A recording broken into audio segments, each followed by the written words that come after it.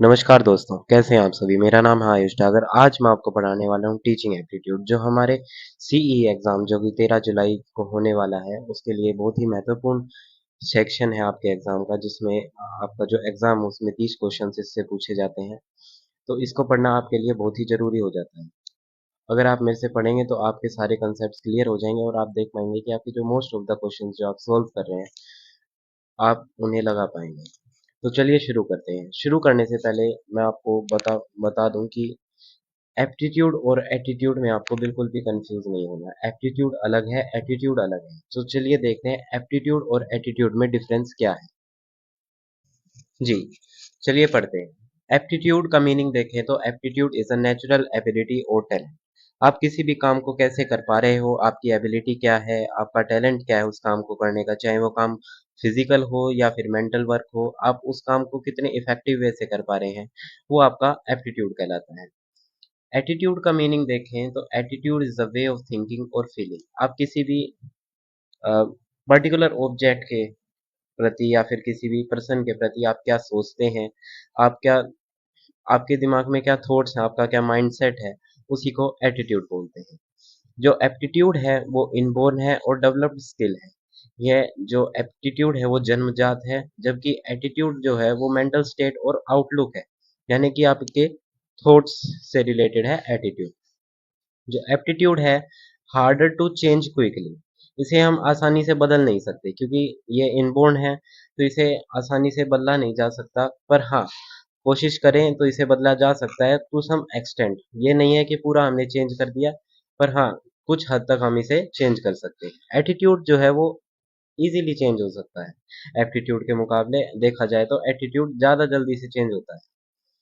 Aptitude को हम कैसे मापते हैं? मेजरमेंट क्या है उसकी?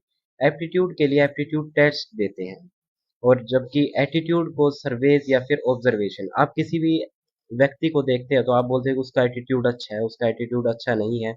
आप कैसे देख पाते हैं? आप कैसे बता पाते हैं? आप उस पर्सन की आप हरकतें देखती हैं, उनका वे ऑफ स्पीकिंग क्या है, जब भी ऑब्जर्व करके ही तो आप बता पाते हैं कि उसका एटीट्यूड कैसा है। एप्टीट्यूड के एग्जांपल्स देखें तो good at math, music, problem solving. आप प्रॉब्लम सॉल्विंग में अच्छे हैं, मैथ में अच्छे हैं, म्यूजिक में अच्छे हैं, वो आपकी एबिलिटी है, दैट्स योर एप्टीट्यूड। वहीं एटीट्यूड क्या है? पॉजिटिव और नेगेटिव हेल्पफुल माइंडसेट। आपके पॉजिटिव थॉट्स या फिर नेगेटिव थॉट्स जो हैं आपके माइंड में आते हैं, वो सभी एटीट्यूड के एग्जांपल्स। जैसा कि अभी हमने डिफरेंस देख लिया एप्टीट्यूड और एटीट्यूड में, अब हम जानेंगे कि टीचिंग एप्टीट्यूड क्या होता है। आपका जो सब्जेक्ट है जिसका नाम ही टीचिंग एप्टीट्यूड है, चलिए उसे समझते हैं कि टीचिंग एप्टीट्यूड होता क्या है। Teaching aptitude is the ability to teach well.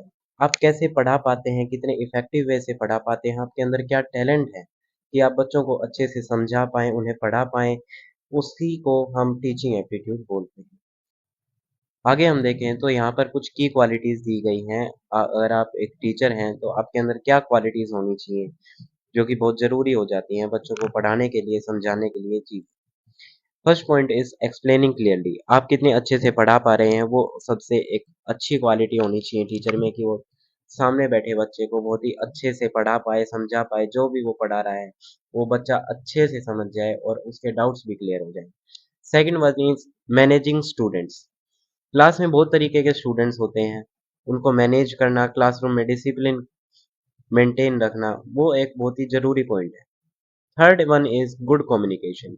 अगर आप अपने सब्जेक्ट में माहिर हैं, आपको अपने कंसेप्ट सारे क्लियर हैं, अगर और आप बच्चों के सामने बोल नहीं पा रहे हैं, अपने आप को एक्सप्रेस नहीं कर पा रहे हैं, तो आप उन बच्चों को पढ़ा भी नहीं पाएँगे। Fourth point is positive attitude toward teaching. एक टीचर के अंदर एंथुसियाज्म होना चाहिए पढ़ाने के लिए, एक लर्निंग के लिए, और एनर्जी से भरा रहना चाहिए ताकि बच्चे भी फील करें कि आज हम कुछ नया सीखेंगे। Fifth fifth point is understanding students need. Class में बहुत ही अलग अलग प्रकार के बच्चे होते हैं, उनकी डाइवर्स नीड्स होती है, उन सभी को हमें एक साथ लेकर चलना है, चाहे वो बच्चा कैसा भी हो, हमें उनकी स्टूडेंट्स की नीड्स समझनी चाहिए। ये हमने सारे पॉइंट्स देख लिए हैं टीचिंग एप्टीट्यूड के। तो चलिए आगे हम देखते हैं व्हाट इज टीचिंग। टीचिंग क्या है, उसकी डेफिनेशंस क्या है। तो चलिए हम चलते हैं नेक्स्ट स्लाइड पर। चलिए जानते हैं टीचिंग के क्या मीनिंग्स हैं और क्या डेफिनेशंस हैं। टीचिंग मीन्स टू टीच और टू इंस्ट्रक्ट। टीचिंग का हिंदी में मतलब होता है शिक्षण। आप किसी को पढ़ा रहे हो, उसी को हम टीचिंग बोलते हैं। Teaching is N interactive process between teacher and students.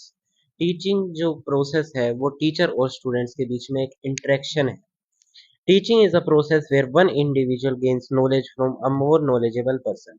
हमारा जो यहाँ पर मोर नॉलेजेबल पर्सन है वो है हमारा टीचर, और जो इंडिविजुअल जिसके पास कम नॉलेज है, जो नॉलेज गेन करता है, वो है स्टूडेंट।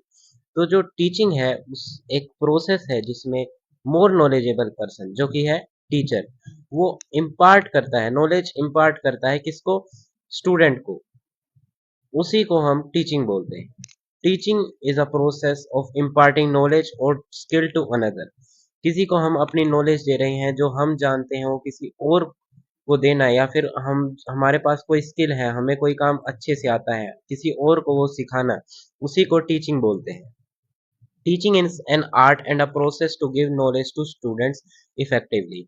यहाँ इफेक्टिवली की स्पेलिंग थोड़ी गलत है, बाद में ठीक कर दूंगा। नेक्स्ट पॉइंट है आप way to make learning effective. आप किसी भी चीज को सीख सकते हैं, आप बिना टीचिंग के भी किसी भी चीज को सीख सकते हैं, पर जो टीचिंग है आपके लर्निंग प्रोसेस को मोर इफेक्टिव बना देता है, आप और अच्छे से उन चीजों को सीख पाएंगे।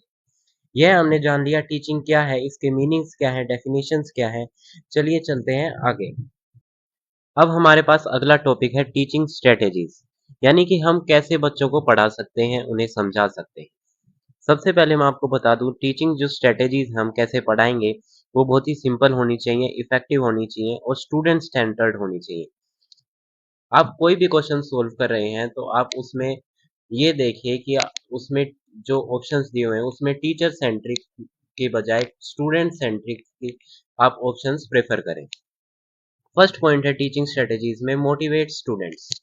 आप बच्चों को मोटिवेट करो, उनके अंदर कॉन्फिडेंस बिल्ड करो कि आप ये जो आज जो टॉपिक पढ़ाया जाएगा उन्हें वो आप उन वो अच्छे से सीख सकते हैं, पढ़ सकते हैं, और उनके जो डाउट्स हैं वो उनके क्लियर हो जाएंगे, उनके अंदर कॉन्फिडेंस भरा जाए कि जो वो पढ़ रहे हैं वो अच्छे से समझ पाए।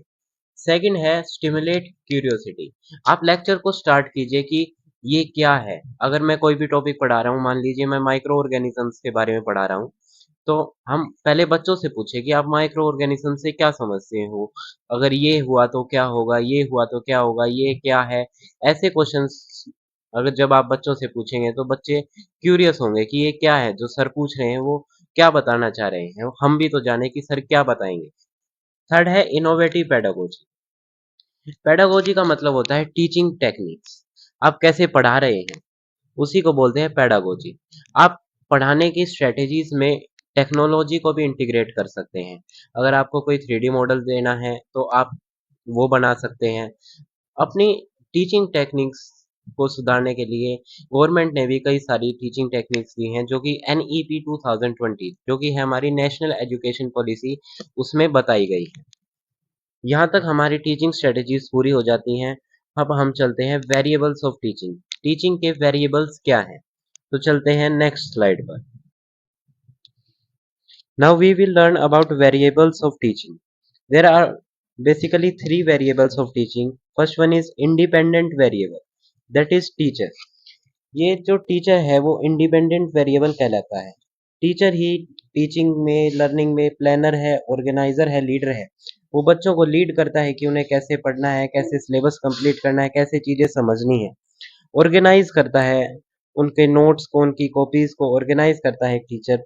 प्लान करता है कि उसे कैसे लेक्चर लेना है, सभी जो चीजें होंगी कि कैसे कंटेंट उसे बच्चों को पढ़ाया जाएगा, किस सीरीज में पढ़ाया जाएगा, वो सभी टीचर डिसाइड करता है।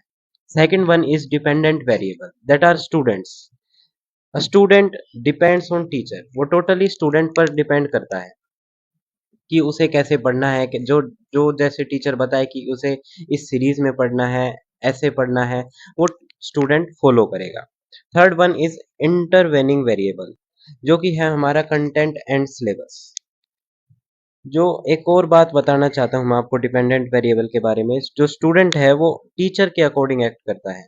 टीचर उसे कंट्रोल नहीं करता है, टीचर उसे गाइड करता है। यह जो पॉइंट है वो आप अपने नोट्स में जरूर मेंशन करें, ये आपको क्वेश्चन सोल्व करने में हेल्प करेगा। Last one is intervening variable, content and syllabus. जो भी आप कंटेंट पढ़ा रहे हैं, करिकुलम जो दिया गया है, जो टेक्स्ट बुक्स हैं, वो एक इंटरवेनिंग वेरिएबल्स की तरह एक्ट करता है। तो चलिए अब कुछ क्वेश्चंस करते हैं। First question is what is the primary objective of teaching. पहले आप पढ़िए, आप ऑप्शंस पढ़िए और फिर आप अपने आप खुद आंसर करने की सोचिए और फिर मैं आपको बताता हूँ इसका आंसर क्या है। So first question is what is the primary objective of teaching. Teaching का सबसे प्राइमरी ऑब्जेक्टिव क्या है?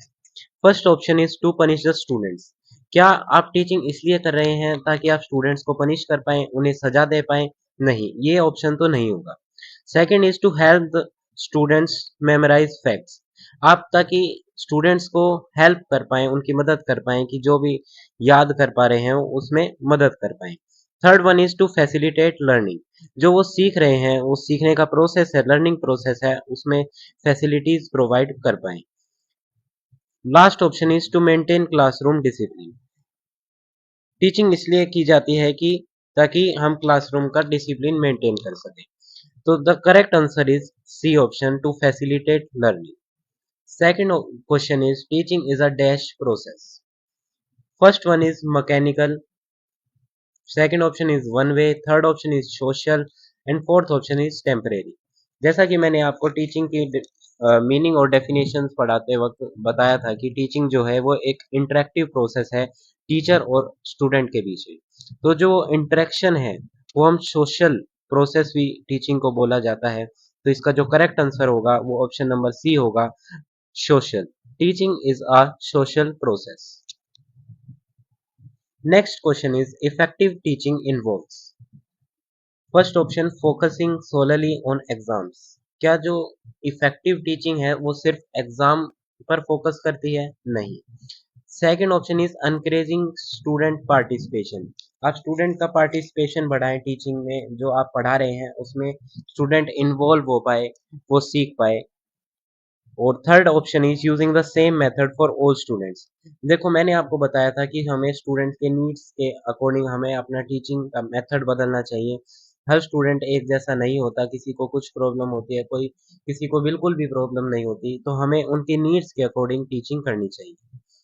Fourth option is ignoring individual student differences. Her student अलग है, उस डिफरेंस को नकार के अगर हम पढ़ाते हैं तो वो एक इफेक्टिव टीचिंग नहीं मानी जाती।